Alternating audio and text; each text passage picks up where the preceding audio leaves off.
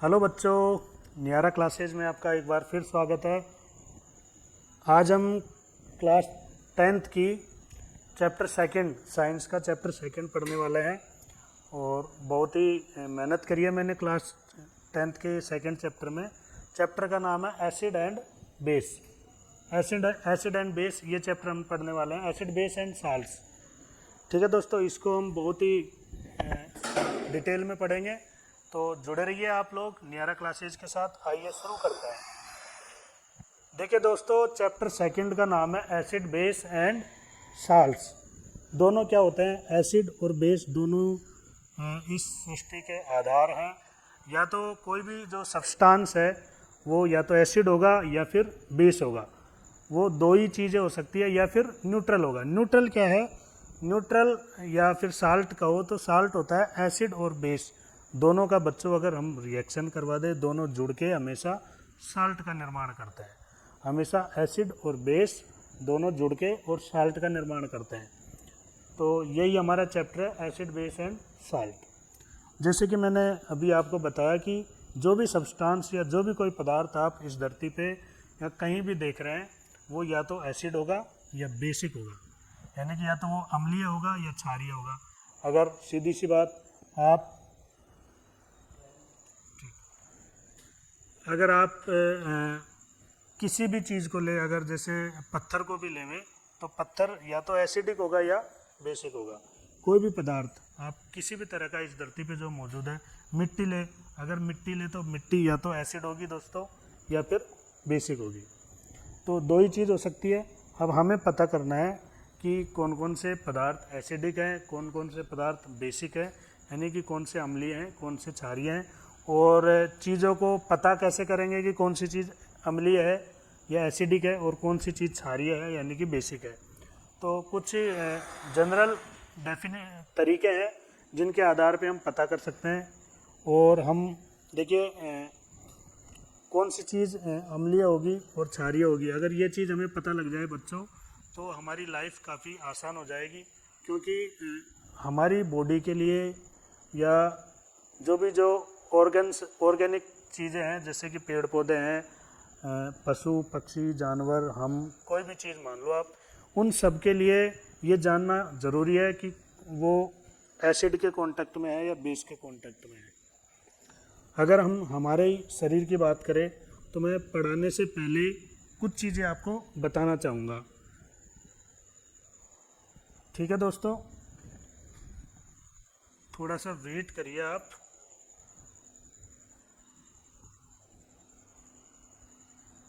यार,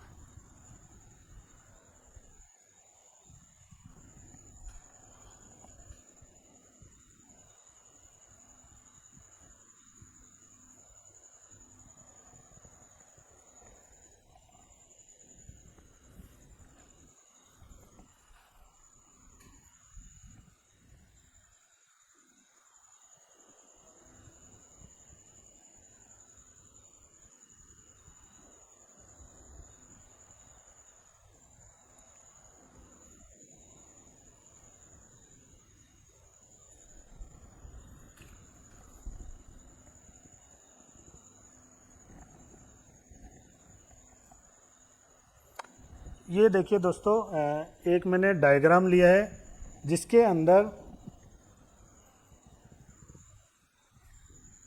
हाँ आप ये देखिए, ये बॉडी का, ये हमारा स्टोमक है, ये स्टोमक है। और यहाँ पे आप देख रहे होंगे ये जो ग्रीन कलर का, ये आप देख रहे हैं, सॉरी, हाँ, ये गॉल ब्लैडर है, ये स्टोमक है।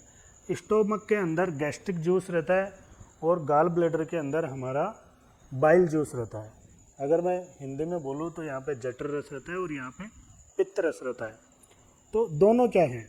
दोनों देखिए, स्टोमक के अंदर जो गैस्ट्रिक जूस रहता है वो एसिडिक रहता है, यानी कि अम्लीय रहता है। क्यों रहता है? क्योंकि हम जैसे ही फूड हमारा स्टोमक के अंदर जाएगा, हम खाना जैसे ही चबाएंगे और वो स्टोमक के अंदर जाएगा, स्टोमक के अंदर जो हमारा फूड है वो डाइजेस्ट होता है बच्चों एसिड से। एसिड यानी कि जो गैस्ट्रिक जूस हमारे शरीर के अंदर रहता है उससे ये हमारा फूड डाइजेस्ट होता है। वो गैस्ट्रिक जूस क्या रहता है, HCl होता है, हाइड्रोक्लोरिक एसिड। और हाइड्रोक्लोरिक एसिड एक बहुत ही स्ट्रॉन्ग एसिड होता है। अगर आप उसको पत्थर पे भी डाल दोगे तो वो पत्थर को भी जलाने की कैपेसिटी रखता है। तो दोस्तों उस तरह का एसिड हमारी बॉडी के अंदर बनता है और वो जो एसिड होता है उससे हमारा खाना डाइजेस्ट होता है। ठीक है बच्चों, तो ये अब देखिए आप, मज़े की बात यह है कि जो इतना खतरनाक एसिड हमारी बॉडी के अंदर है तो वो हमारी बॉडी को नुकसान क्यों नहीं पहुंचाता है। आपने देखा होगा कि सांप के अंदर आप जहर होता है तो क्या वो सांप को नुकसान पहुंचाता है? नहीं। ऐसे ही जितने भी जो जहरीले जानवर होते हैं उनके अंदर ऐसे तरह तरह का जहर होता है, वो उनकी बॉडी को नुकसान नहीं पहुंचाता। लेकिन अगर वही जहर किसी दूसरे जानवर पे या किसी दूसरे चीज़ के ऊपर आप डाल देंगे तो वो उसको नुकसान पहुंचाती है। जैसे सांप का जहर हमारे शरीर के अंदर चल जाएगा तो हमारी बॉडी को नष्ट कर देगा। ऐसे बहुत सारे जानवर हैं जिनके वो ऐसा एसिड छोड़ते हैं जो अगर हमारी स्किन पे वो एसिड गिर जाए तो स्किन को जला देता है। ठीक उसी तरह आप इसको समझ सकते हैं कि जो हमारा खतरनाक एसिड है HCl वो स्टमक के अंदर रहता है और ये स्टमक को नुकसान नहीं पहुंचाता है। लेकिन ये एसिड जो है जो स्टमक के अंदर भोजन को डाइजेस्ट करता है, वो एसिड भोजन में मिलने के बाद में अगर हमारी आंतों के अंदर पहुंच गया, इन स्मॉल इंटेस्टाइन और बिग इंटेस्टाइन में पहुंच गया, तो बच्चों हमारी आंतों को वो एसिड जला देगा, नुकसान पहुंचा देगा, उनमें घाव कर देगा, उनको जला देगा। इसलिए एसिड को जो हमारे फूड के अंदर एसिड रहता है उस एसिड की एसिडिटी को ख़त्म करने के लिए क्या चाहिए, हमें एक बेस चाहिए।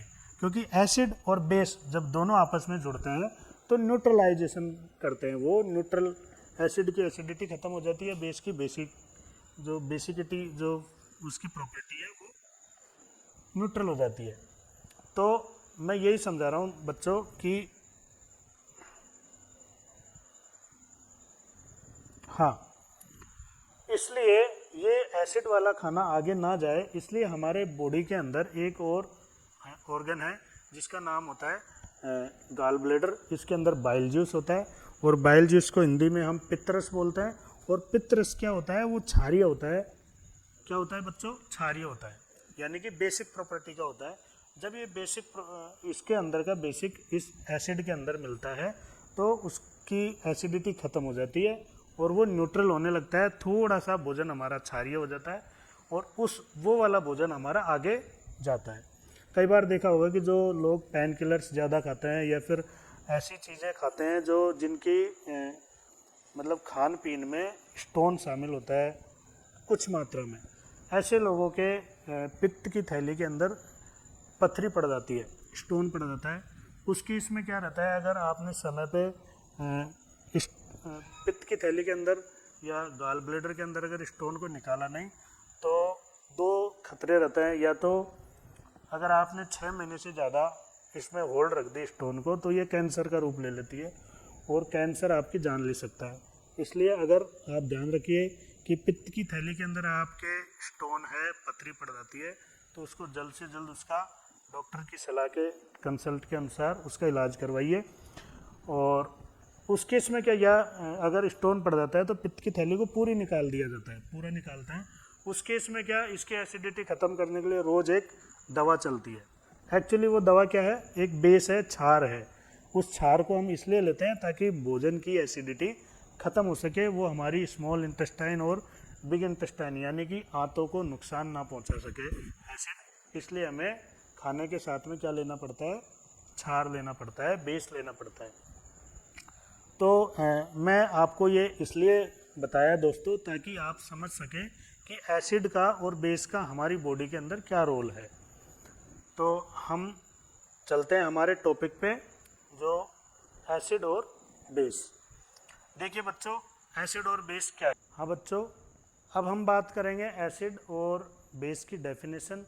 अगर हम डेफिनेशन की बात करें तो डेफिनेशन क्या होगी कि acids are substance which produce H ions in aqueous solution. इसका मतलब हम किसी सब्सटेंस को, किसी पदार्थ को अगर जल के अंदर, वाटर के अंदर हम घोल दें तो वो कौन सा आयन देवे, H आयन देवे, तो उसे हम बोलेंगे एसिड। ये हमारी साइंस की डेफिनेशन हो गई। अगर हम एक जनरल डेफिनेशन दे तो जनरल डेफिनेशन ये कहती है कि देखो जो एसिड्स होते हैं वो स्वाद में क्या रहते हैं, खट्टे होते हैं, सोर इन टेस्ट। और अगर नीले लिटमस को लाल कर देता है कोई पदार्थ तो वो क्या हो जाता है, एसिड होता है। मार्केट में बच्चों बहुत सारे लिटमस पत्र होते हैं। आप स्टेशनरी की दुकान पे जाइए, वहाँ पे आप मांगे कि लिटमस पत्र दे दीजिए। अब आप हर चीज़, कोई भी पदार्थ जैसे नमक लो, पानी लो, या और भी आपके कोई सा भी पदार्थ सब्सटेंस, उसका आप चेक कर सकते हैं कि ये एसिड है या बेस है। अगर आप नमक के घोल लीजिए, नमक के घोल में क्या करेंगे आप बच्चों, आपका जो लिटमस पत्र है उसको दो तरह के आते हैं, एक तो लाल लिटमस पत्र, एक नीला लिटमस पत्र। अगर लाल लिटमस पत्र नीला हो जाता है जब तो वो बेस है, और अगर नीला लिटमस लाल हो जाता है उसको डालने में तो वो एसिड है। हम सीधे सीधे पता कर सकते हैं।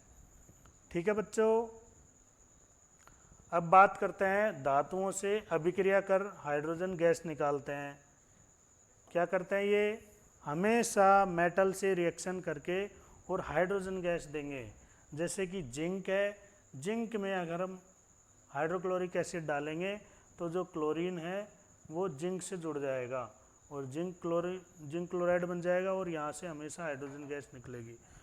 मैंने जिंक की बात करी, अगर आप कॉपर में डालेंगे हाइड्रोक्लोरिक एसिड तो कॉपर Cl के साथ जुड़ जाएगा और ये हाइड्रोजन गैस निकल जाएगी। तो जो एसिड्स होते हैं बच्चों वो हमेशा मेटल के साथ रिएक्शन करके और हाइड्रोजन गैस बनाते हैं। ये प्रॉपर्टी आप याद रखना, एग्ज़ाम की दृष्टि से वेरी इम्पोर्टेंट है।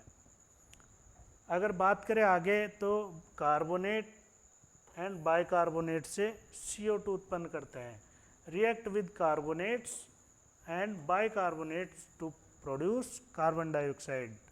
हमेशा ये कार्बोनेट से, जैसे कैल्शियम कार्बोनेट है ये, इसके साथ हम जैसे ही HCl की रिएक्शन करवाएंगे तो ये CaCl2 बनाएगा, H2O और CO2 बनाएगा। ठीक है बच्चों, अगर आपको रिएक्शंस में कोई दिक्कत आ रही है बच्चों तो फर्स्ट चैप्टर मैंने पढ़ाया हुआ है। इसके अलावा मैंने एक चैप्टर और पढ़ाया है जिसमें पूरा डिटेल में बताया है कि कौन सा, जैसे ये कैल्शियम कार्बोनेट क्यों बना, हाइड्रोजन क्लोरीन के साथ क्यों जुड़ा, कैल्शियम क्लोरीन के साथ क्यों जुड़ा, हाइड्रोजन ऑक्सीजन के साथ क्यों जुड़ा, कैल्शियम कार्बोनेट जब HCl के साथ रिएक्शन करता है तो हमेशा कैल्शियम क्लोराइड ही क्यों बना। तो ये सारा मैंने आपको बता रखा है बच्चों, वो क्लास आप अटेंड कर सकते हैं। तो और अगर आपको कोई डाउट है रिएक्शंस में तो आप मुझे कमेंट कर सकते हैं, तो मैं आपको और डिटेल में बता दूंगा।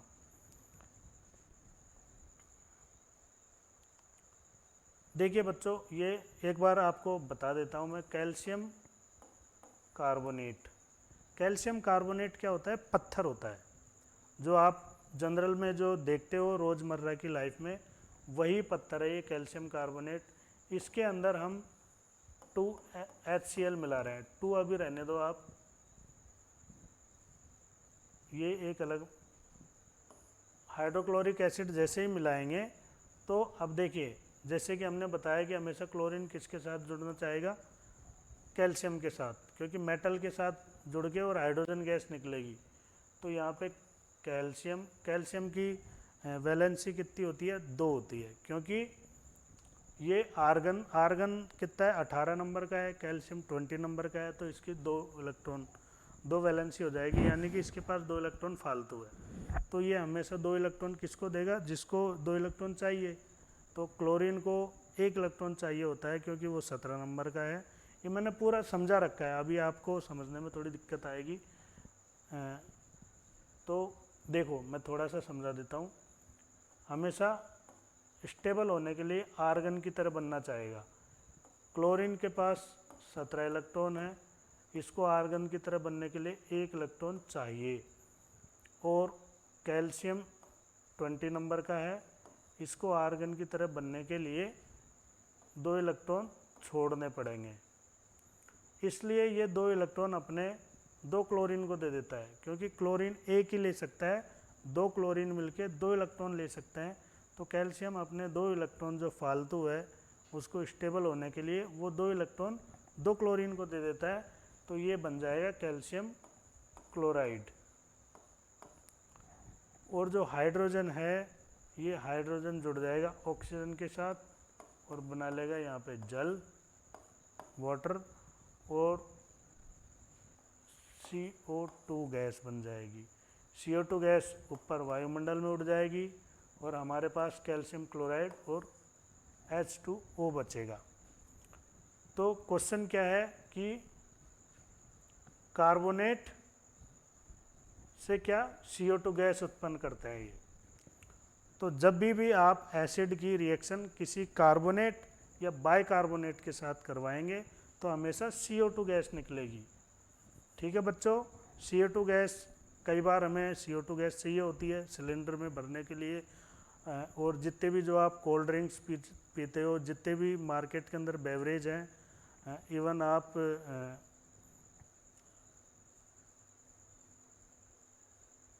नाम लेना चाहिए नहीं लेना चाहिए जैसे बियर वगैरह कई लोग जो पीते हैं उनमें सब में क्या CO2 गैस आती है। जितने भी बेवरेज है कोल्ड ड्रिंक वगैरह सब में CO2 गैस आती है। तो CO2 गैस को स्टोर करने के लिए आपको कौन सा मेथड अपनाना पड़ेगा बच्चों?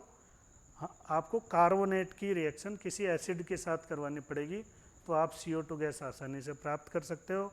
और उस CO2 गैस को आप अपनी कोल्ड ड्रिंक्स की बोतल्स के अंदर या सोडा के अंदर या जहाँ भी आप यूज़ लेना चाहें वहाँ डाल सकते हैं। तो आप दोस्तों CO2 गैस कैसे बनाते हैं आपको पता चल गया। अब बात करते हैं आगे। ये चारों प्रॉपर्टी मैंने आपको बता दी। एक और है कोरोजिव इन नेचर। जो एसिड्स होते हैं वो हमेशा कोरोजन करते हैं। क्या करते हैं ये? कोरोजन। कोरोजन का मतलब आप सीधा सीधा समझ लो कि खराब करते हैं चीज़ों को। जब भी एसिड किसी भी चीज़ के कांटेक्ट में आएगा तो उसको खराब करते हैं एसिड। ठीक है, तो ये 5 प्रॉपर्टी आपको याद रखनी है बच्चों, आपके एग्जाम की दृष्टि से वेरी इंपॉर्टेंट है। What is the property of acids, question ये आ जाएगा, या define the acids and what is the property of acids.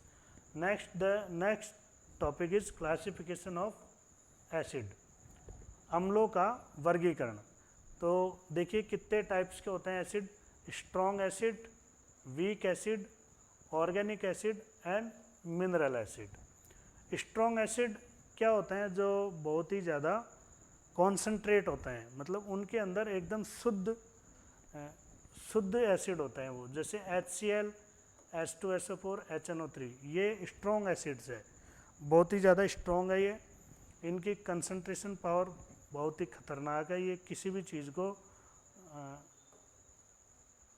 Reaction करने में सक्षम होता है। और कुछ वीक एसिड्स होते हैं। देखिए हम आगे पढ़ेंगे कि कौन सा एसिड स्ट्रॉन्ग है और कौन सा बेस है। यहाँ पे एक pH स्केल होता है।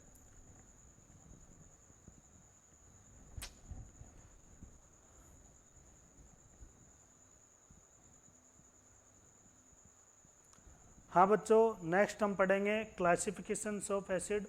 What are the classifications of acid? There are 4 types of classification. First one is strong acid and second one is weak acid and organic acid and mineral acid. यानी कि सशक्त अम्ल, कमज़ोर, कार्बनिक और खनिज अम्ल।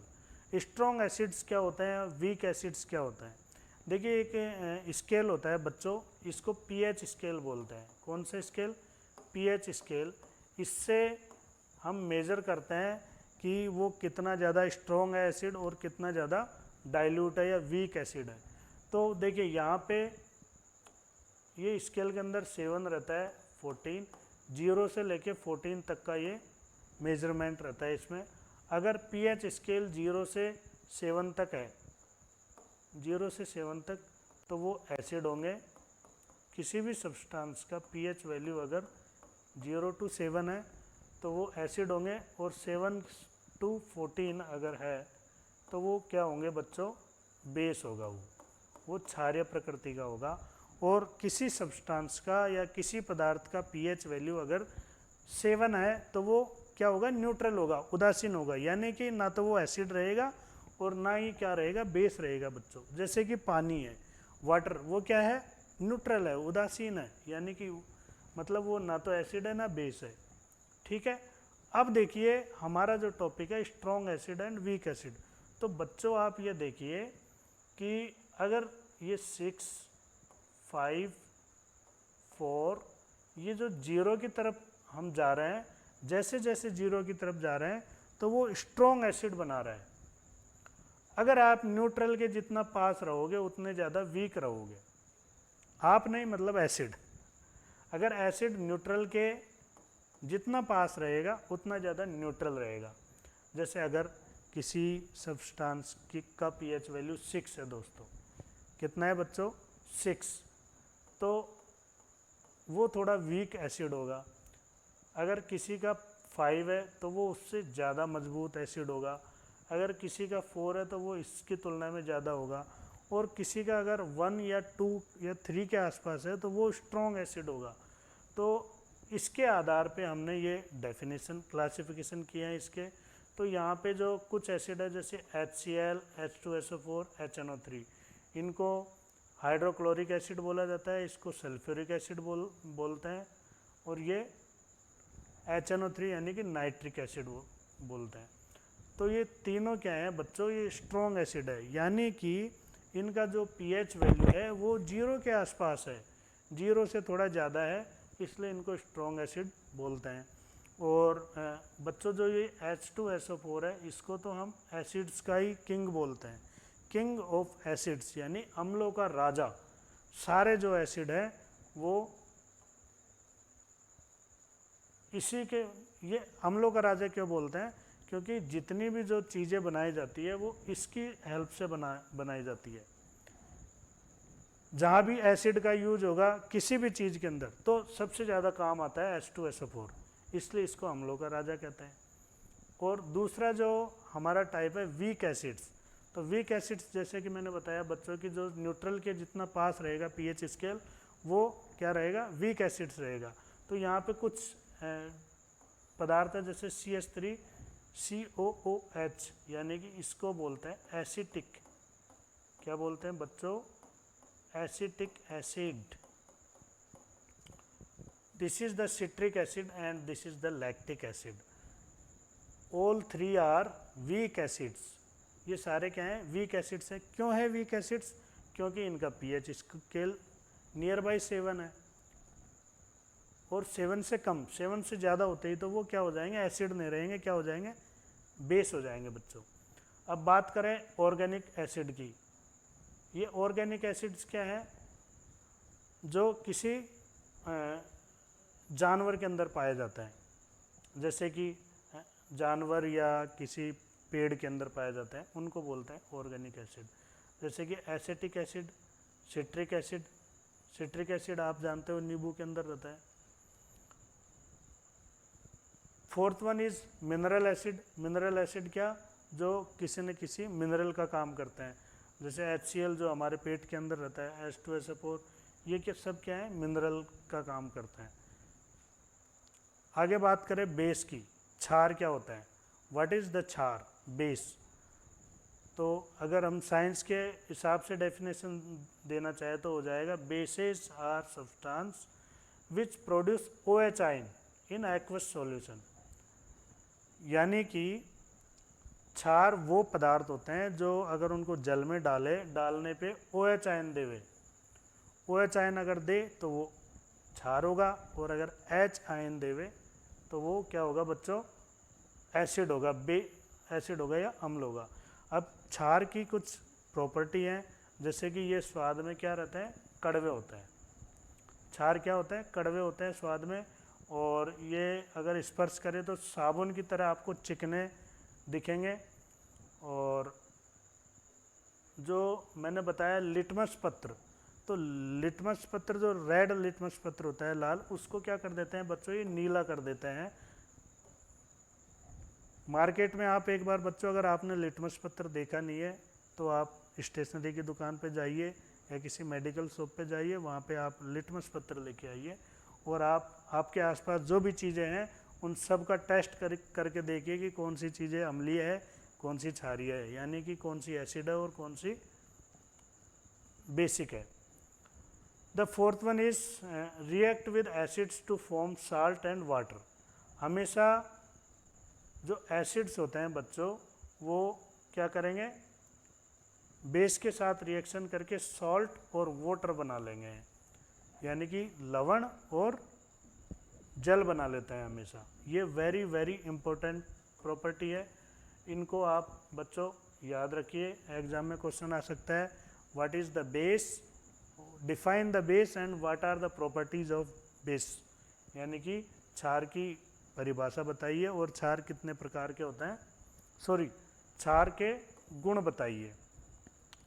तो ये आपको बताना है, एग्ज़ाम की दृष्टि से वेरी इंपॉर्टेंट है और मैंने बहुत ही शॉर्ट में और समझने के लिए आसान आपके नोट्स बनाए हैं बच्चों। बात करते हैं आगे टाइप्स ऑफ बेस। बेस कितने प्रकार के होते हैं बच्चों, तो ये भी मैंने बताया कि स्ट्रॉन्ग बेस, वीक बेस और एल्कलीज बेस। तो देखिए अभी हमने बताया था बच्चों पीएच स्केल, जिसके अंदर ये स्केल 0 से लेके 14 तक था और बीच में क्या था, 7 था। मैंने बताया बच्चों कि पीएच स्केल अगर 7 है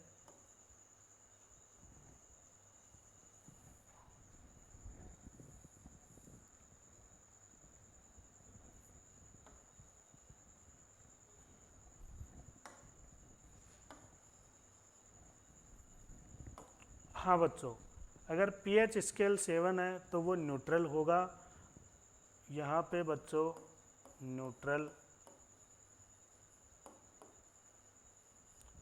7 से ज़्यादा अगर पीएच है तो वो बेस होगा और अगर 7 से कम है तो बच्चों एसिड होगा। और दूसरा, अब यहाँ पे आता है strong base and weak base, यानी कि सशक्त क्षार और कमज़ोर क्षार। 7 के जितने पास रहेगा तो वो वीक रहेगा बच्चों, और जितना 14 के पास ये पीएच स्केल जाएगा, अगर किसी का पीएच स्केल 13 है तो वो बेस क्या होगा, स्ट्रॉन्ग होगा या वीक होगा, तो देखिए ये होगा स्ट्रॉन्ग, क्योंकि ये न्यूट्रल से बहुत ज़्यादा दूर है। ठीक है बच्चों, और एक चीज़ आपको याद रखनी है, जैसे देखो एक एग्जाम्पल मैं बता देता हूँ। किसी पदार्थ का अगर पीएच स्केल 5 है और किसी पदार्थ का पीएच स्केल बच्चों 8 है, अब इन दोनों को अगर हम मिक्स कर देते हैं, रिएक्शन करवा देते हैं इनकी, तो बताइए जो न्यू सब्सटेंस है, जो नया पदार्थ है, वो एसिड होगा या बेस होगा, बताइए।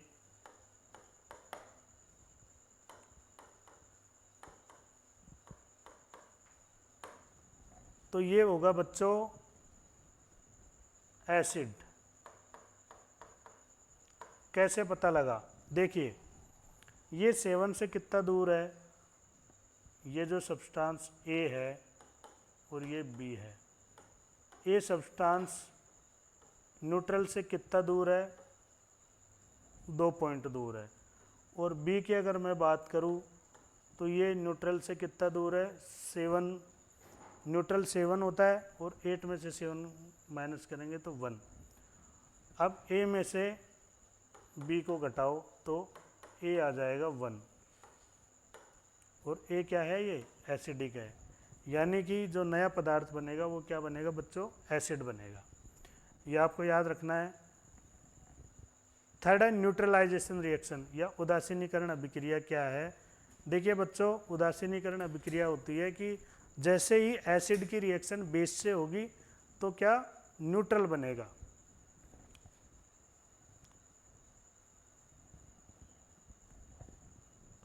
Reaction between acid and base and form salt and water called neutralisation. जैसे ही एसिड की रिएक्शन बेस से होगी तो साल्ट बनेगा और वाटर बनेगा और क्या हो जाएगा, न्यूट्रलाइजेशन हो जाएगा, ना तो वो एसिड रहेगा ना बेस रहेगा। इस तरह की जो अभिक्रिया है उसको बोलते हैं उदासीनीकरण अभिक्रिया या neutralisation reaction. Very very important है बच्चों, ये आपको एग्जाम की दृष्टि से याद रखना है। उदासीकरण की अभिक्रिया क्या है, एक डेफिनेशन या एक एग्जाम्पल बताइए। जैसे HCl क्या है बच्चों, एसिड है, और NaOH क्या है, क्षार है। क्योंकि इसको अगर जल में घोलेंगे तो ये H आयन देगा, इसको जल में घोलेंगे तो ये क्या देगा बच्चों, OH आयन देगा। तो ये एसिड है, ये बेस है, और एसिड की और बेस की रिएक्शन करवाएंगे तो क्या बनेगा, ये लवण बनेगा यानी कि साल्ट, ये साल्ट बन गया, और जल वाटर। और ऐसी कोई रिएक्शन जिसमें एसिड और बेस रिएक्शन करके नमक या साल्ट और जल बनाए तो उसको कौन सी रिएक्शन बोलेंगे, उदासीनीकरण या न्यूट्रलाइजेशन रिएक्शन बोलेंगे वो। तो अब देखिए बात करते हैं साल्ट क्या होता है। तो salts are chemical compounds formed by neutralisation of acid and base. वही डेफिनेशन है कि जब भी आप एसिड और बेस का न्यूट्रलाइजेशन करेंगे तो जो कंपाउंड बनेगा वो क्या होगा बच्चों, साल्ट होगा। ठीक है। साल्ट के कितने प्रकार हैं, टाइप्स ऑफ साल्ट क्या हैं, तो देखिए न्यूट्रल साल्ट, एसिडिक साल्ट और बेसिक साल्ट। साल्ट तीनों हो सकता है। जैसे मैंने बताया था कि वो डिपेंड करता है बच्चों की, एसिड दो जैसे सब्सटेंस है, एक एसिड है बेस है, तो एसिड की एसिडिटी ज़्यादा है या बेस की बेसिकिटी ज़्यादा है। तो अगर क्षारकता ज़्यादा है और अम्लता कम है तो जो नया पदार्थ बनेगा वो क्षारीय होगा, और किसी पदार्थ की अम्लता ज़्यादा है और क्षारता कम है तो जो नया पदार्थ बनेगा दोनों से रिएक्शन करके जो साल्ट बनेगा वो क्या होगा, अम्लीय होगा। ये डिपेंड करता है कि 7 से कितना दूर है, और अगर दोनों का pH स्केल 7 है तो वो क्या हो जाएगा, न्यूट्रल हो जाएगा बच्चों।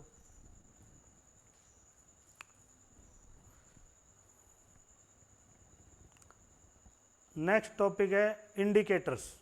इंडिकेटर्स क्या है, संकेतक, कि हम कैसे पता लगाएंगे बच्चों की सब्सटेंस जो भी आप जिसका पता करना चाहते हो कि वो अम्लीय है या क्षारीय है, तो वो कैसे पता करोगे। तो कुछ चीज़ें हैं जिनकी सहायता से आप पता लगा सकते हैं कि कौन सा पदार्थ अम्लीय है और कौन सा पदार्थ क्षारीय है। तो उन सबको क्या बोलते हैं, इंडिकेटर्स या संकेतक। संकेतक वे पदार्थ है जो अम्लीय अथवा क्षारीय माध्यम में अपना रंग बदल देते हैं। जैसे कि देखो लिटमस पत्र होता है, लिटमस, ये लिटमस पेपर क्या करता है, अगर नीला लिटमस पत्र है तो वो लाल हो जाएगा, और लाल लिटमस पत्र हो जाएगा नीला, किसके अंदर, क्षार के अंदर। तो ये जो लिटमस है बच्चों वो क्या हो जाएगा, इंडिकेटर है। ये क्यों है इंडिकेटर, क्योंकि इससे हमें इंडिकेशन लग रहा है, इससे हमें संकेत पता लग रहा है कि कौन सी चीज़ क्षार है और कौन सी अम्ल है। नेक्स्ट है फिनोफ्थलीन। इस फिनोफ्थलीन से भी हम पता लगा सकते हैं बच्चों कि कौन सी चीज़ क्षार है और कौन सी अम्ल है। देखिए अम्ल में ये जो फिनोफ्थलीन है वो रंगहीन हो जाएगा और क्षार के अंदर गुलाबी कलर देगा, तो हम पता लगा देंगे। क्षार के अंदर अगर फिनोफ्थलीन डालेंगे तो वो अगर गुलाबी कलर का हो जाए तो वो क्षार होगा, और किसी पदार्थ के अंदर बच्चों आप फिनोफ्थलीन डालेंगे और वो रंगहीन हो जाए तो वो क्या हो जाएगा, अम्लीय हो जाएगा। सपोज आपने ये पेन है, इस पेन के ऊपर आपने क्या डाला, फिनोफ्थलीन डाला, और ये गुलाबी कलर का हो गया, तो हम कहेंगे कि ये क्या है, क्षारीय पदार्थ है ये, या बेसिक है। और अगर इसके ऊपर हमने फिनोफ्थलीन डाला बच्चों और ये कलरलेस हो गया तो हम बोल देंगे कि ये इसके अंदर जो पदार्थ है वो क्या है, अम्लीय है या एसिडिक है। थर्ड वन है मेथिल ऑरेंज। अगर मेथिल ऑरेंज को डालेंगे अपन तो बच्चों अम्ल के अंदर किसी पदार्थ के अंदर मेथिल ऑरेंज डालेंगे तो वो लाल हो जाएगा अगर अम्ल हुआ तो, और अगर पीला हो गया तो हम कहेंगे कि वो क्षार है। तो ये 3 इंडिकेटर्स है बच्चों, याद रखना, एक तो लिटमस, एक फिनोप्थलीन और मेथिल ऑरेंज। आपके सीधा सा क्वेश्चन आएगा एग्जाम में कि 3 इंडिकेटर्स के नाम लिखिए, right the name of 3 indicators. तो आप लिख देंगे litmus, phenolphthalein and methyl orange. Litmus, phenolphthalein, methyl orange. और अगर आप इनको भी याद कर लो तो ये बहुत अच्छा हो जाएगा। सपोज एक छोटा क्वेश्चन आ जाए आपके एग्ज़ाम में कि किसी पदार्थ के अंदर अगर आप कोई चीज़, क्या चीज़ डाले कि वो गुलाबी हो जाए और क्षार की प्रॉपर्टी प्रदर्शित करे, तो वो तो सब्सटेंस क्या है या इंडिकेटर क्या है, तो फिनोप्थलीन है वो। नेक्स्ट है पीएच स्केल। पीएच स्केल मैंने बता दिया बच्चों, दोबारा एक बार समझा देते हैं कि pH scale is the measure of hydrogen ion concentration, scale range from 0 to 14। Hydrogen ion की रेंज बताता है ये, ठीक है बच्चों। और इससे हम पता लगाते हैं कि उसका कंसंट्रेशन हाइड्रोजन का कितना ज़्यादा है। किसी भी पदार्थ के अंदर हाइड्रोजन का कितना ज़्यादा कंसंट्रेशन है उसके आधार पे पीएच स्केल बनता है, और इससे ही हम पता लगाते हैं कि उसके अंदर जितना ज़्यादा हाइड्रोजन का कंसंट्रेशन होगा, ये देखिए ये 0 से 14 तक हाइड्रोजन का कंसंट्रेशन हो सकता है। अगर इतना ही है तो वो सबसे ज़्यादा अम्लीय होगा। अब अम्लता इसकी घटती जाएगी, 4 और कम हो गया, 5 अगर पीएच स्केल है तो उसकी अम्लता और कम हो गई, 7 पे तो वो न्यूट्रली हो गया। जैसे ही 8 पे पहुँचेंगे या 7.5, 7.1 तो वो क्या हो जाएगा बच्चों, क्षार हो जाएगा। और ये स्ट्रॉन्ग बेस हो, स्ट्रॉन्ग क्षार, ठीक है बच्चों।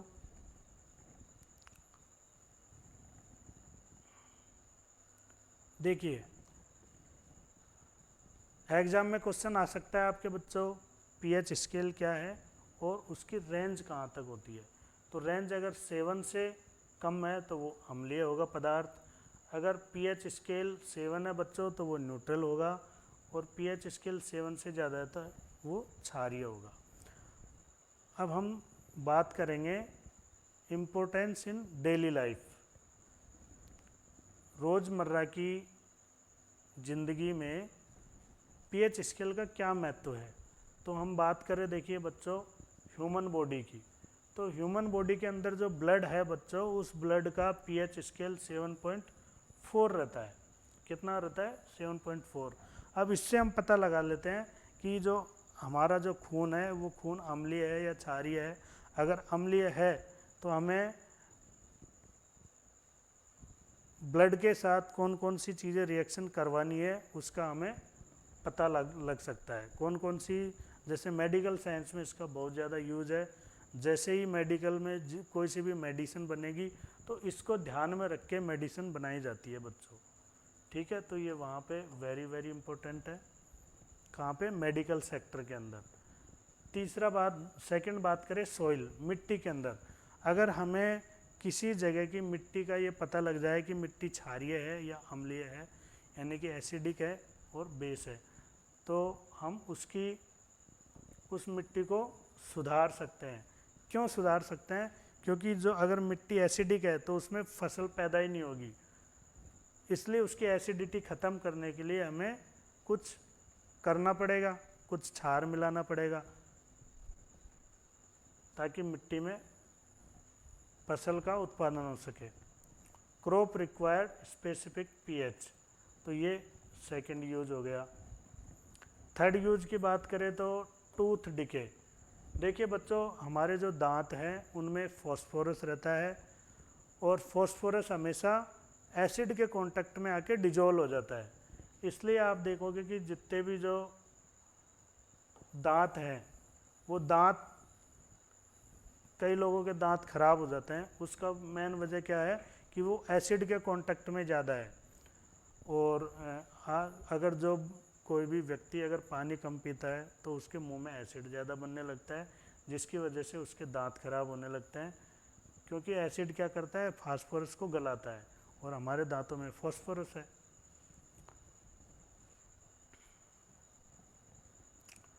अब हम बात करते हैं बच्चों, कुछ इम्पोर्टेंट साल्ट्स हैं, कुछ इम्पोर्टेंट एसिड्स हैं और कुछ इम्पोर्टेंट बेस हैं।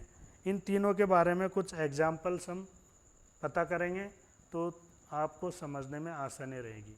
जैसे कुछ साल्ट्स हैं, देखिए, जैसे कि कॉमन साल्ट जो घरों में साधारण नमक है, वो उसका काम क्या है, उसका फॉर्मूला हो गया बेटा NaCl, और ये कहाँ हमारे फूड में काम आता है, अचार में, और मछलियों को सुरक्षित रखने के लिए उस पर नमक लगा के।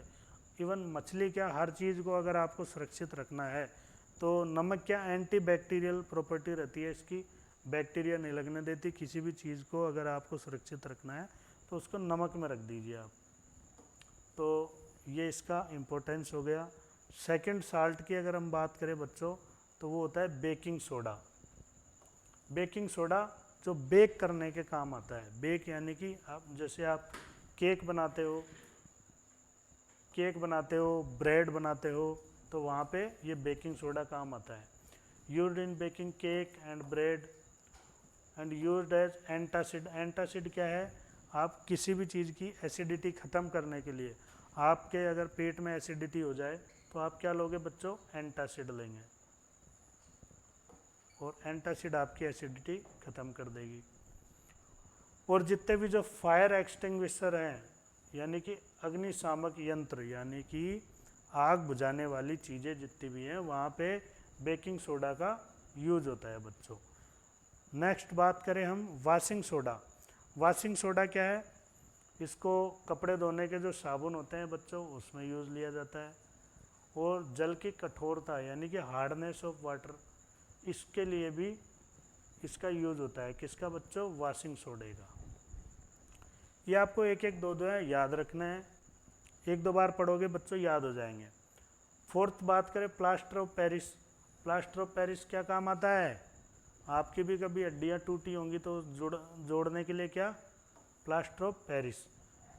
तो मेडिकल साइंस में जो कई बार बच्चों के वो किसी का भी एक्सीडेंट हो जाता है, हड्डियाँ टूट जाती है, तो हड्डियों को दोबारा से जोड़ने के लिए ये प्लास्टर चढ़ाया जाता है, तो वहाँ पे इस प्लास्टर ऑफ पेरिस का यूज़ होता है। इसके अलावा आपने देखा होगा कि कई बार मूर्तियाँ बनाई जाती है, छोटी छोटी खिलौने बनाए जाते हैं, इसमें भी प्लास्टर ऑफ पेरिस का यूज़ होता है, और घरों में तो होता ही है।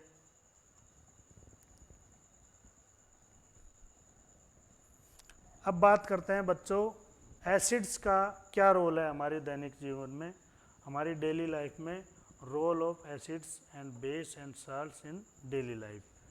तो ये हमने साल्ट्स के बारे में पढ़ लिया। अब हम बात करेंगे किसके, एसिड्स के बारे में।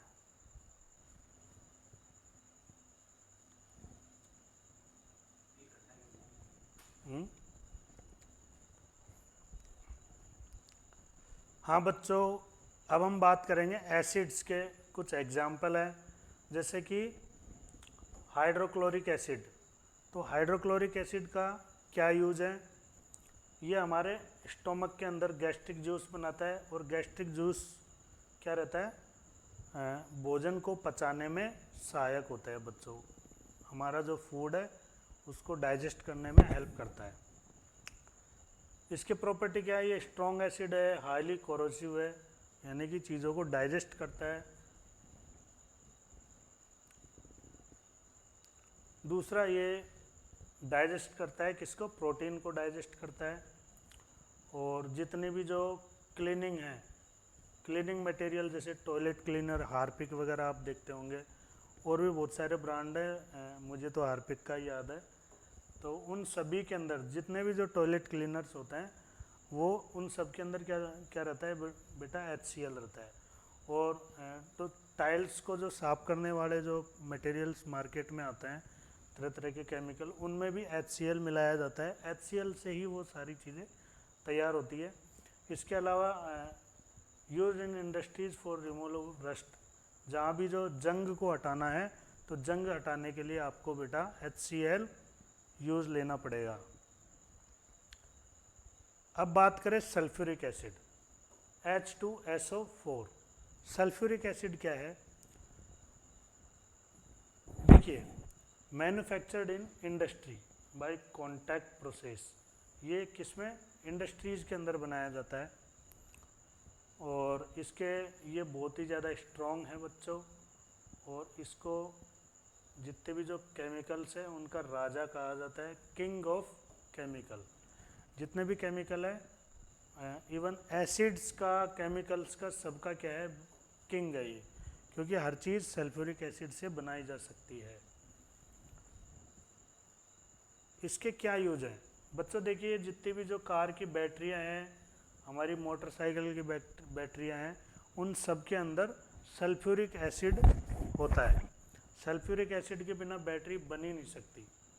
और जितने भी जो फर्टिलाइज़र्स होते हैं, फसलों के अंदर जो तरह तरह के खाद दिए जाते हैं, फर्टिलाइज़र दिए जाते हैं, वो बेटा किससे बनते हैं? सल्फ्यूरिक एसिड से बनते हैं। और ये सुपर फास्फेट, ये भी एक उर्वरक है, यानी कि फर्टिलाइज़र है। और अमोनियम सल्फेट, ये सब किससे बनते हैं? H2SO4 से। यूज्ड इन पेंट, पेंट के अंदर, डिटर्जेंट के अंदर, डिटर्जेंट जो कपड़े धोने का आता है, और प्लास्टिक इंडस्ट्री, इन सब के अंदर बेटा H2SO4 आता है काम। नेक्स्ट बात करें nitric acid, HNO3। Nitric acid क्या है? इसको ओस्टवाल्ड प्रोसेस से बनाया जाता है। नाइट्रिक एसिड जो है फैक्ट्री के अंदर ओस्टवाल्ड प्रोसेस, ओस्टवाल्ड विधि से बनाया जाता है। और ये भी क्या है? एक स्ट्रॉन्ग एसिड है बच्चों, और पावरफुल ऑक्सीडाइजिंग एजेंट है, यानी कि ऑक्सीजन से रिएक्शन करने की बहुत ही ज़्यादा इसमें कैपेसिटी है। आप किसी भी चीज़ के अंदर आप इसको डाल दो तो उसको तुरंत ऑक्सीडाइज कर देगा ये। इसके क्या क्या यूज़ है बच्चों? तो ये फर्टिलाइज़र में, मेन फर्टिलाइज़र में यूज आता है अमोनियम नाइट्रेट। अमोनियम नाइट्रेट बनाने में, जो यूरिया जो खाद है वो आप अमोनियम नाइट्रेट होता है जो फसलों के अंदर दिया जाता है, वो किससे? HNO3 से बनाया जाता है बच्चों। इसके अलावा TNT और RDX जो जिसके बम वगैरह बनते हैं और कई तरह के विस्फोटक जो बनते हैं, वो किससे बनते हैं बेटा? HNO3 से बनता है। Used in purification of gold and silver, सोने और चांदी को प्यूरिफाई करने के लिए भी HNO3 यूज़ लिया जाता है। इवन आप बच्चों कभी देखना कि आपके मम्मी पापा के या किसी के भी गहने जो आप कई बार गंदे हो जाते हैं, उनको आप धुलवाने के लिए सोनी के पास जाते हैं, तो वो क्या HNO3 के केमिकल वाले पानी के अंदर उनको एक बार डुबो के और वापस निकाल देते हैं, तो वो एकदम से साफ़ हो जाते हैं। एक्चुअली वहाँ उसकी जो ऊपर की जो परत है, वो परत किससे? इसकी हेल्प से हट जाती है।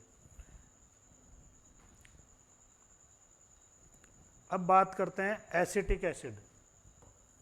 एसिटिक एसिड को ही सिरका बोलते हैं, जो हमारे किस में काम आता है? अचार वगैरह में काम आता है बच्चों।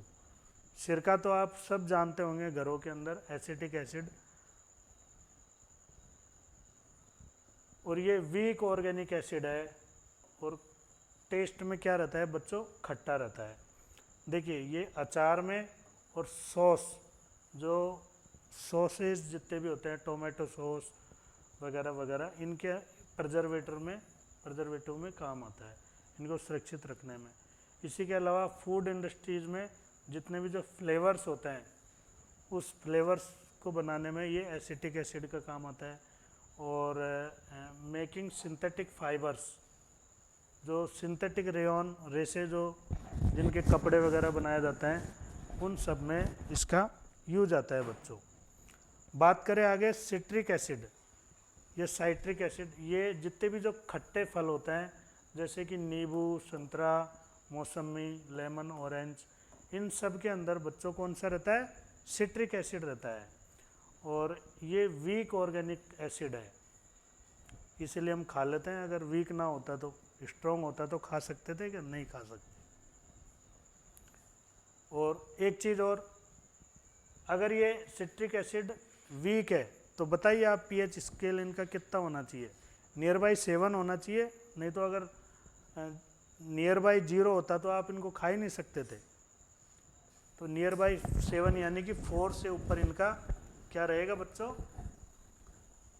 पीएच स्केल इनका 4 से ऊपर रहेगा।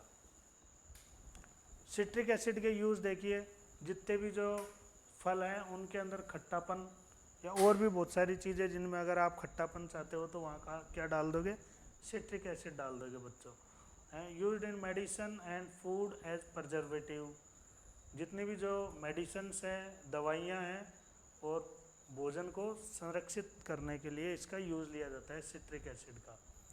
आप देखिए, अगर आपकी सब्जी, आपने रात को सब्जी बनाई तो गर्मियों में सुबह तक ख़राब हो जाएगी, लेकिन अगर आप उसमें नींबू निचोड़ देंगे तो वो ख़राब नहीं होगी। तो आप कह सकते हैं कि ये भोजन को संरक्षण में काम आती है बच्चों। ठीक है बच्चों।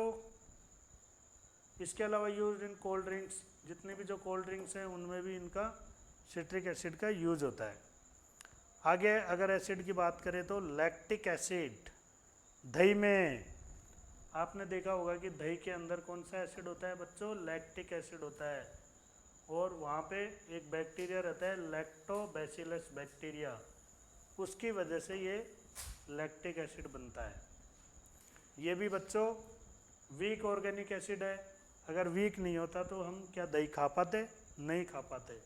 तो आप सीधे सीधे कह सकते हो जिन चीज़ों को हम खा पाते हैं तो वो सारे वीक एसिड्स हैं, वीक ऑर्गेनिक एसिड। अब देखिए, इसका डेयरी उद्योग में यूज़ होता है, दही बनाने में यूज़ होता है इसका। और इन मसल्स एक्सेस प्रोडक्शन कोज क्रैम्प, जब पेशियों में अधिक उत्पादन में ऐंठन होती है तो हम क्या यूज़ लेते हैं? लैक्टिक एसिड का उपयोग करते हैं। नेक्स्ट एसिड की बात करें तो फॉर्मिक एसिड। ये फॉर्मिक एसिड क्या है बच्चों? ये आपको मधुमक्खियों, चींटियों और ततैये वगैरह, इन जो जानवर है छोटे, इनके अंदर आपको ये फॉर्मिक एसिड मिलता है। और ये भी वीक ऑर्गेनिक एसिड है। और फैक्ट्रियों में भी ये फॉर्मिक एसिड बनाया जाता है बच्चों। और इसका जो उपयोग है वो कहाँ होता है? जितने भी जो लेदर हैं, लेदर वाली फैक्ट्री, उनमें काम आता है ये। जहाँ भी लेदर का काम होगा जिस भी फैक्ट्री में, वहाँ पे ये फॉर्मिक एसिड यूज आएगा बच्चों।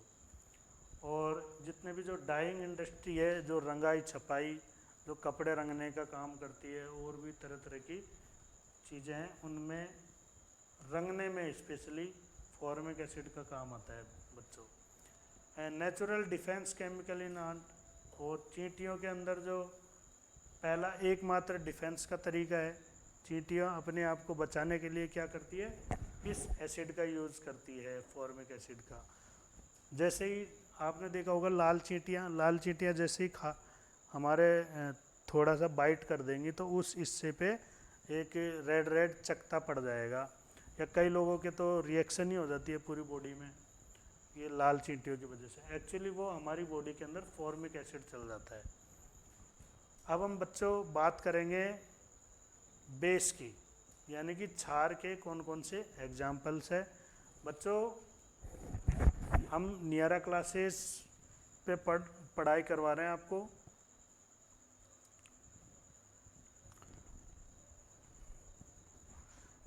दूसरा यहाँ से यार, दूसरा वीडियो बना देना यार। हेलो बच्चों, नियरा क्लासेस में आपका स्वागत है। हमने कल बात करी थी आपसे एसिड्स के बारे में। एसिड्स के सारे एग्जाम्पल हमने ले लिए थे, लगभग 8-9 एग्जाम्पल लिए, उनके यूज लिए, कहाँ कहाँ डेली लाइफ में यूज आते हैं। इसके अलावा हमने पढ़ा था कि साल्ट्स जो एसिड और बेस की रिएक्शन से साल्ट और वाटर बनता है। तो साल्ट्स कितने तरह के होते हैं, तो साल्ट्स के कुछ एग्जाम्पल्स, उनके डेली लाइफ में यूजेज, ये सारे हमने पढ़े थे बच्चों। और हमने पीएच स्केल के बारे में जाना था कि दुनिया में जितने भी जो पदार्थ है वो या तो एसिड होगा या बेसिक होगा या न्यूट्रल होगा। तो उसको मेजरमेंट का जो तरीका है वो हमने पढ़ा था, पीएच स्केल के द्वारा नापते हैं। और हमने एक चीज़ और पढ़ी थी, इंडिकेटर्स। इंडिकेटर्स क्या होते हैं बच्चों, कि कोई भी चीज़ अम्लीय है या क्षारीय है, इसको पता करने के कुछ तरीके हैं। मैंने 3 इंडिकेटर्स के बारे में आपको पढ़ाया था। तो ये सारी चीज़ें हमने पढ़ ली थी। अब एक टॉपिक हमारा रह गया था, क्षार के जितने भी जो एग्जाम्पल्स हैं, कौन कौन से पदार्थ क्षारीय होते हैं और हमारी डेली लाइफ में उनका क्या यूज़ है, ये हमारा बच गया था। तो आज हमारी सेकंड क्लास है। आइए शुरू करते हैं बेस के बारे में। बेस यानी क्षार। तो देखिए बच्चों, सोडियम हाइड्रोक्साइड, हमने परिभाषा दी थी, डेफिनेशन बेस की कि अगर किसी भी सब्सटेंस को, किसी भी पदार्थ को अगर किसी जलीय विलयन के अंदर घोल दे और वो OH आयन देवे तो वो क्या होंगे बच्चों, क्षार होंगे। और कुछ अगर साधारण परिभाषाएं भी दी कि ये स्वाद में क्या होते हैं, कड़वे होते हैं। और अगर लाल लिटमस पत्र को इसके ऊपर डाल दे तो ये नीला हो जाता है, जो लिटमस पत्र है वो नीला हो जाता है। तो हम पता कर सकते हैं कि ये क्षार है। इसके अलावा कुछ और चीज़ें थी जो आप पीछे की क्लासों में देख सकते हैं। तो फर्स्ट एग्जाम्पल है बच्चों इसका, सोडियम हाइड्रोक्साइड। सोडियम हाइड्रोक्साइड, इसको कास्टिक सोडा भी बोलते हैं बच्चों। और ये कहाँ पे काम आता है, मैन्युफैक्चर्ड बाय इलेक्ट्रोलाइस ऑफ ब्राइन। नमक के विलयन का विद्युत अपघटन करने पे सोडियम हाइड्रोक्साइड बनता है। इसके प्रॉपर्टी, ये स्ट्रॉन्ग बेस है, यानी कि स्ट्रॉन्ग क्षार है। और कौन सा क्षार या अम्ल स्ट्रॉन्ग होगा उसका मैंने आपको बताया था बच्चों पीएच स्केल के माध्यम से। देखिए मैंने ये बताया था बच्चों कि पीएच स्केल के अंदर बीच में 7 रहता है और ये 0 से 14 तक होता है। और पीएच स्केल के अंदर में हाइड्रोजन की कितना कंसंट्रेशन है उस आधार पे ये पीएच स्केल बना है। अगर किसी के अंदर हाइड्रोजन का कंसंट्रेशन 1 है तो हम कहेंगे कि ये बहुत ही ज़्यादा एसिडिक है। जैसे जैसे ये 7 के पास जाता जाएगा तो उसकी एसिडिटी कम होती जाएगी और उसकी क्षारकता बढ़ती जाएगी, यानी बेसिक प्रॉपर्टी उसकी बढ़ती जाएगी। अब यहाँ पे 7 के बाद 8 है, 9, 10 और सपोज यहाँ पे 13। तो अगर किसी सब्सटेंस का, किसी पदार्थ का पीएच स्केल 13 है तो यानी कि वो स्ट्रॉन्ग बेस है, स्ट्रॉन्ग क्षार है। ठीक है बच्चों, न्यूट्रल के जितने पास रहेगा, जैसे अगर किसी का पीएच 8 है तो वो स्ट्रॉन्ग नहीं, वीक क्षार है, वीक बेस है। ये हमने समझा दिया था बच्चों कल। अब हम बात करेंगे इसके उपयोग की, क्या यूजेज हैं सोडियम हाइड्रोक्साइड के। तो बच्चों सोडियम हाइड्रोक्साइड, एक तो आप घरों में जो यूज़ लेते हैं साबुन और डिटर्जेंट, इसमें इसका यूज़ होता है बच्चों। और जितने भी जो पेपर, टेक्सटाइल और पेट्रोलियम इंडस्ट्री है, कागज़ जहाँ भी बनेगा तो वहाँ पे सोडियम हाइड्रोक्साइड काम आएगा बच्चों। और जितने भी जो आपके कपड़े जो भी पहन रहे हो वो सारे कपड़े फैक्ट्रियों में बनते हैं और वहाँ पे फैक्ट्रियों के अंदर सोडियम हाइड्रोक्साइड का यूज़ होता है बच्चों। और पेट्रोलियम इंडस्ट्रीज़ में जितनी भी जो पेट्रोल, डीजल और गैस बनाने वाली कंपनियां हैं वहाँ पे भी सोडियम हाइड्रोक्साइड का यूज होगा बच्चों। इसी के अलावा यूज्ड इन ड्रेन क्लीनर्स, अगर आपकी नालियाँ चौक हो जाएं तो वो नालियों को क्लीन करने के लिए भी बच्चों सोडियम हाइड्रोक्साइड यूज़ लिया जाता है। अब हम बात करते हैं पोटेशियम हाइड्रोक्साइड। पोटेशियम हाइड्रोक्साइड बच्चों क्या है, सोडियम हाइड्रोक्साइड और पोटेशियम हाइड्रोक्साइड में थोड़ा सा फ़र्क है। पोटेशियम हाइड्रोक्साइड हमारे जितने भी जो लिक्विड साबुन, हैंड वाश आते हैं, जो हाथ धोने के लिक्विड, वो सारे पोटेशियम हाइड्रोक्साइड से बनते हैं। Prepared by electrolysis by potassium chloride solution. Potassium chloride solution से के विद्युत अपघटन से, विद्युत अपघटन मतलब उसमें अगर विद्युत धारा लाइट का करंट पास करवा दिया जाए किसमें, पोटेशियम क्लोराइड के सॉल्यूशन में, तो हमें क्या मिलेगा बच्चों, पोटेशियम हाइड्रोक्साइड मिलेगा। और हम बात करेंगे पोटेशियम हाइड्रोक्साइड के उपयोग के बारे में। ये देखिए स्ट्रॉन्ग है, ये हम पता कर ही लेंगे किससे, हमारे पास इंडिकेटर्स है जिससे हम पता लगा सकते हैं। पीएच स्केल है कि कौन सा पदार्थ स्ट्रॉन्ग है या वीक बेस है। इसके उपयोग देखिए बेटा, लिक्विड सोप्स बनाने में इसका यूज़ होता है। शेविंग क्रीम, जितनी भी जो सेव करने वाली क्रीम है उनमें आप जाते हो किसके पास, सलून वाले के पास जाते हो बच्चे, बार्बर वाले के पास जाते हो, तो वो आपके जो आप शेविंग करने वाली क्रीम या फिर आपके फेस वॉश करने वाली क्रीम, इन सब में पोटेशियम हाइड्रोक्साइड यूज आता है। और एल्कलाइन बैटरी, एल्कलाइन बैटरीज क्या होती है बच्चों, जो चार्जेबल बैटरी हैं जिनको चार्ज किया जा सकता है, जितने भी सेल हैं, जैसे कैमरे के सेल आ गए और आपके बहुत सारे ऐसे रिचार्ज करने वाले सेल है जो चार्ज कर सकते हैं, वो सारे एल्कलाइन बैटरीज में पोटेशियम हाइड्रोक्साइड का यूज़ होता है बच्चों। And manufacturing of biodiesel, biodiesel में भी इसका यूज होता है। मैन्युफैक्चरिंग ऑफ बायोडीजल, बायोडीजल क्या है बच्चों, कुछ ऐसे तेल होते हैं, ऑयल्स होते हैं जो खाने लायक नहीं होते, जैसे जेट्रोपा का ऑयल है, करंजे का ऑयल है, उन ऑयल की सहायता से न उनको खा नहीं सकते, तो हम क्या करते हैं बच्चों, उनसे डीजल बना लेते हैं। तो और वो डीजल हमारे व्हीकल्स में काम आ जाएंगे। तो ये बायोडीजल है, वो किसकी हेल्प से बनता है, पोटेशियम हाइड्रोक्साइड की हेल्प से। अब हम बात करते हैं बच्चों कैल्शियम हाइड्रोक्साइड के बारे में। थर्ड है कैल्शियम हाइड्रोक्साइड। प्यारे बच्चों, कैल्शियम हाइड्रोक्साइड ये देखिए, made by dissolving quicklime water.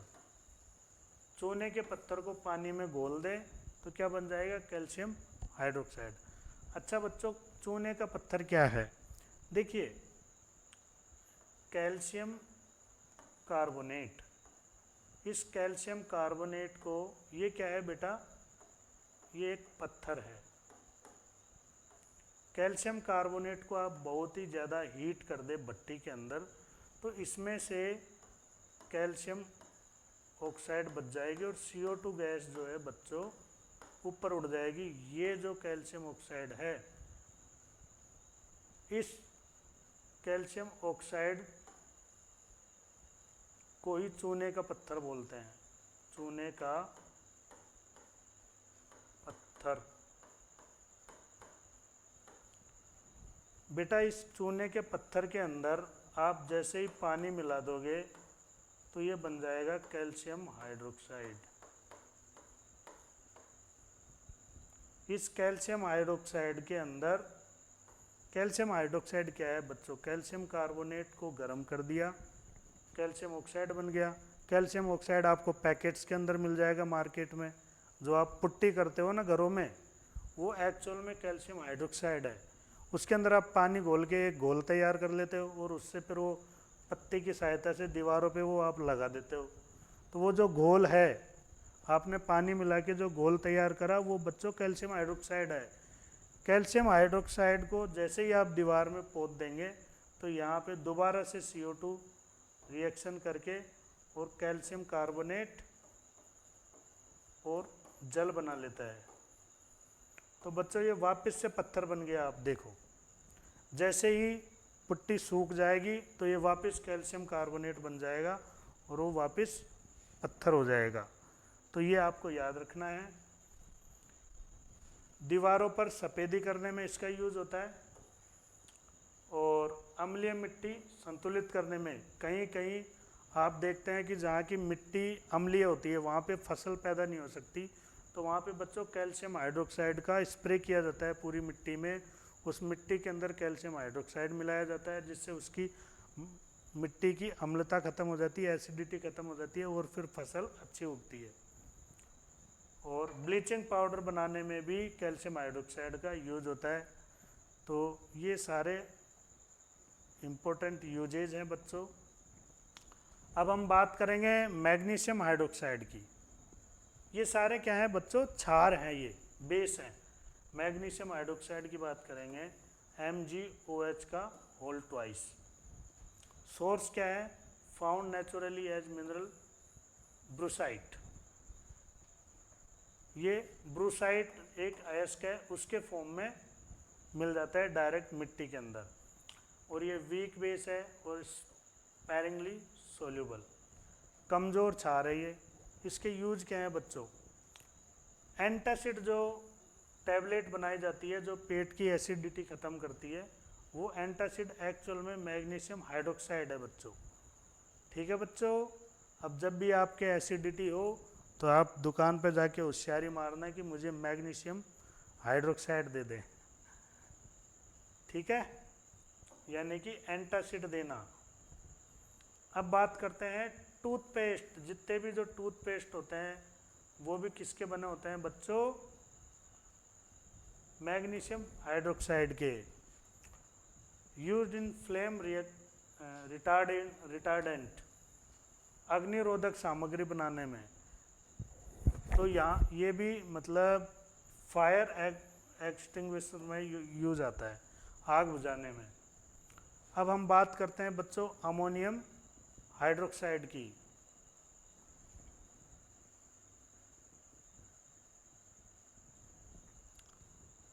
Ammonium hydroxide क्या है बच्चों, एक ये solution of ammonia gas in water. Water के अंदर अमोनिया गैस को मिला दिया जाता है तो ये बन जाता है अमोनियम हाइड्रोक्साइड। अमोनियम हाइड्रोक्साइड ये वीक बेस है लेकिन इसकी स्ट्रॉन्ग स्मेल है।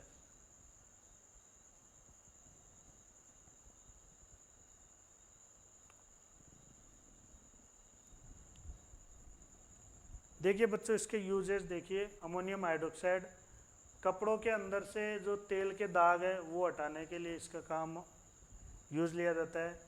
जितने भी जो फर्टिलाइजर्स हैं उसमें नाइट्रोजन उर्वरक के रूप में इसका यूज़ लिया जाता है, और use in production of rayon and plastic, रेसे और प्लास्टिक बनाने में भी इसका यूज़ आता है बच्चों। तो ये चैप्टर लगभग समाप्त होने की कगार पे है,